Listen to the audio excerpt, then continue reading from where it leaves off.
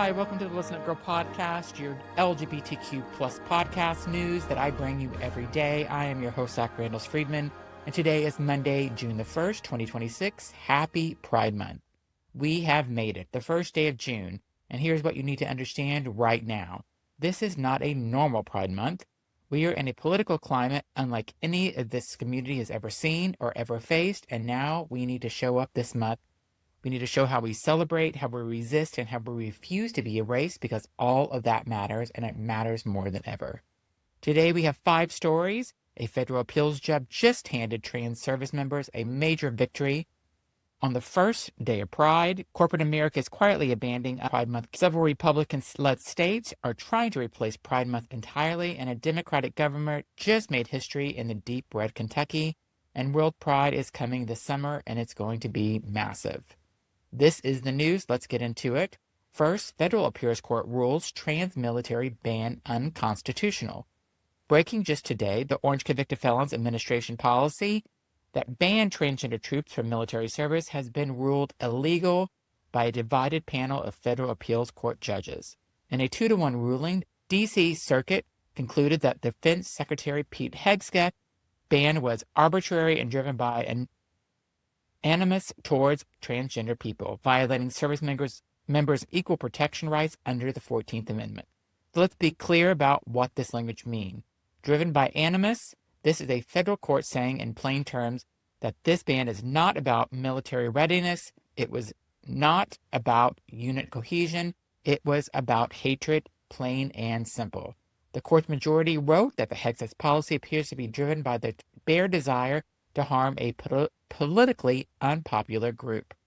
Now, I want to be honest with you here. The ban will remain in effect for now. The U.S. Supreme Court allowed it to go through last year as litigation continues to play out, and the appeals court put their own ruling to allow for further appeals. The ruling applies to the plaintiffs currently serving in the military, but not just those seeking to join. So we are not done. But on the first day of Pride 2026, a federal court looked at what the Orange Convicted Felon and Pete Hegseth did to transgender service members, people who signed up to serve this country, and called it what it is, a violation of the Constitution, and we will take that. Our next story is corporate America is abandoning Pride, and Pride is feeling it. Here's a story that is frustrating, but it's not surprising, and you deserve to hear it straight. As Pride Month kicks off, celebrations across the country are continuing to lose out on large sponsorships as corporations, a key source of funding, shrink their affiliation and diversity causes and LGBTQ plus events. Corporate sponsorships in several cities, including New York City, Salt Lake City, Louisville, St. Louis, Orlando, and Pittsburgh, are down from the previous years, according to the organizers. A public relations expert quoted in coverage this week put it bluntly: what was an organizational asset has now become an organizational risk. And here's the thing. This is real money. Pride events depend on corporate sponsorships to funding security, stages, permits, performers, porta potties, all of it. When that money dries up, it falls to the community organizations and individual donors to fill the gap. A recent survey found that 28 to 37% of consumers said that they've noticed brands scaling back their Pride participation in recent years, and 39 to 46% say brands should participate in Pride if they don't genuinely support LGBTQ plus rights. And here's what I'll say. We've always known who our allies really are, and if the company was only marching in our parade because it was good for their quarterly earnings, we don't need them. The community that built this movement will keep it going, and we always have. Next, we go to 3 states are trying to replace Pride Month entirely. Now this one is something else. At least 3 states, not surprisingly all in the South, have refused to recognize Pride Month and instead created their own counter holiday. Republicans are replacing Pride with Christian nationalist laced celebrations of what they call fidelity and the nuclear family, which they define as families led by married male and female pairs. And it's not just happening at the state level. In Congress, there have been resolutions introduced to declare June Family Month, with language calling Pride Month a lie. Ohio Republicans introduced a Natural Family Month bill. When asked whether it would recognize gay couples and adoptive parents, a sponsor said simply that the purpose was to promote natural families, meaning a man and a woman and their children, as a way to encourage higher birth rates. So let me translate this for you. They want to erase us, not through one big law, but through a slow, relentless cultural campaign to make us feel like we do not belong, that families don't count, and that our love isn't real. You know what I want to say to that? We've been here longer than they are. We have been here longer than their talking points, and we'll be here long after. And just to kind of bring this up, a natural family, they say, is a male and a female and children. Well, what about if you're a single mom? Or what about if you're a single dad? What if there's so many different situations? What if the grandparents are raising the child because the parents died or weren't capable of raising the children? There's so many situations, but nope. They wanted to have it as a male and a female as the mom and dad and the children. Unbelievable. Next, a Democratic governor just made history in Kentucky. And I did say Kentucky. So now let me give you something that genuinely feels good because this one matters.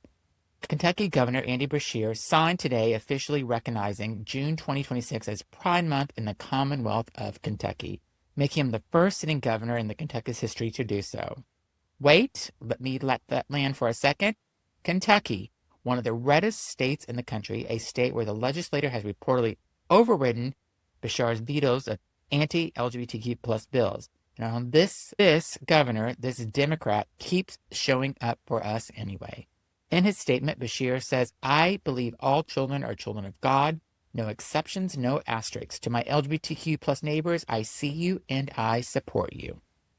Beshear also received the National Allyship Award from LGBTQ plus Victory Fund in 2026. And when the Kentucky lawmakers wrapped up their 2026 legislative session, they closed with a passing of a single anti-LGBTQ plus bill, a reprieve from years of targeted legislation coming out of Frankfurt. Andy Beshear is being talked about as a serious 2028 presidential contender, and this is exactly why. Because allyship that costs you nothing isn't allyship. He's doing it in a state where it cost him everything, and he keeps it going. He's pretty amazing. I mean, this is to go against this red state of redneck Kentucky. I mean, good for you. Next, World Pride is coming to Amsterdam this summer, and it's going to be historic. So let's close today on the first day of Pride Month with something to look forward to. From July 25th to August 8, 2026, Amsterdam will host World Pride, celebrating freedom, diversity, and love in all of its forms. As the Netherlands makes 25 years since becoming the first country in the world to legalize same-sex marriage. The theme of World Pride Amsterdam 2026 is unity, and given everything happening globally right now, the rollbacks in the U.S., the pressure of the LGBTQ rights across Europe, and the hostility in the country after country, that theme isn't just a slogan, it's a call to action. World Pride traditionally includes a major human rights conference alongside the celebration, and in a year when LGBTQ rights are under pressure in the U.S., Russia, Hungary, and dozens of other countries, that conference isn't a sidebar. It's one of the most important gatherings of the entire 2 weeks. On August 1st, the legendary Canal Parade will wind through Amsterdam's historic waterways with 80 boats carrying LGBTQ plus groups, organizations, and community floats. 500,000 people are expected to watch the canal banks and bridges. And I want you to hold on to this image today, because on a day when corporations are backing away and states are trying to cancel our month, 500,000 people are going to line the canals of Amsterdam to cheer us on. The world is watching, and we are not going anywhere. So this is the Listen Up Girl podcast for Monday, June 1st, 2026, day 1 of Pride Month. 5 stories today. Trans members got a major legal win in federal court. Corporate pride sponsorships are drying up across the country. 3 southern states are trying to erase Pride Month entirely. Kentucky's governor once again made history by standing with us. And Amsterdam is getting ready to host the biggest LGBTQ plus celebration on the planet this summer. This month is going to be a lot. It's going to be joyful, and it's going to be hard. It's going to be political. We are going to be here every single day, keeping you informed and keeping you fired up. I am Zach Randall Friedman. I am not in my studio for the next few days, so I'm reporting outside of my studio, but I thought it was so important to bring you the news. But I'll be back tomorrow with more LGBTQ plus news. Thank you so much for listening. And if you haven't subscribed, please do. Thanks so much.